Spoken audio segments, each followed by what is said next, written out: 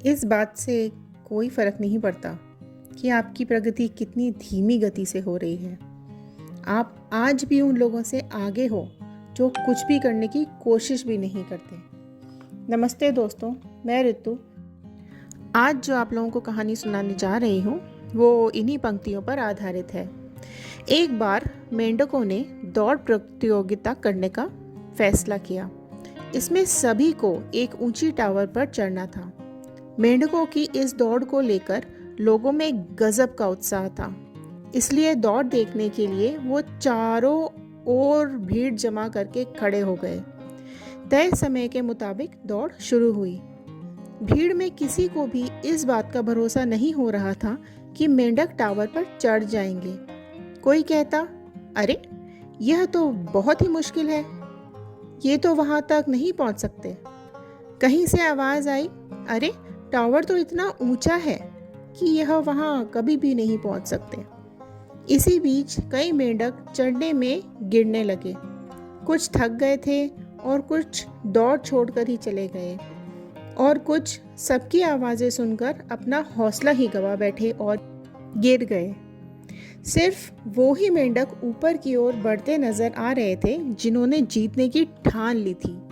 इसी बीच भीड़ में लोगों ने चिल्लाना जारी रखा। लोगों को लगा कि कई मेंढक गिर चुके हैं और जो मेंढक चढ़ने की कोशिश कर रहे हैं वो भी गिर जाएंगे और लक्ष्य तक नहीं पहुंच पाएंगे।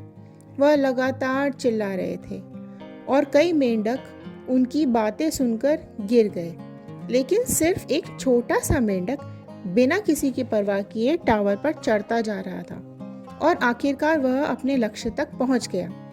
इसके बाद दूसरे मेंढकों में उत्सुकता जागी कि आखिर इतना छोटा सा मेंढक कैसे अपने लक्ष्य तक पहुंच गया।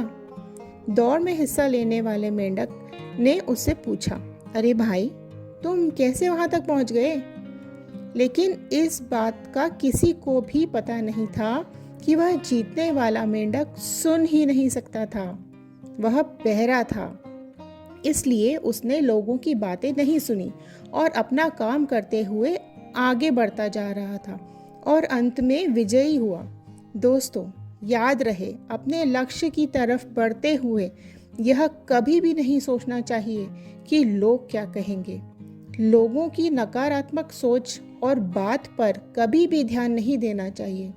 जो लोग ऐसी किसी भी बात को नहीं सुनते और सकारात्मक रूप से अपने काम में लगे रहते हैं, वह हमेशा अपने लक्ष्य को हासिल करने में कामयाब अवश्य होते हैं। इसलिए दोस्तों, अपने लक्ष्य की तरफ बढ़ते हुए किसी की भी बात मत सुनो।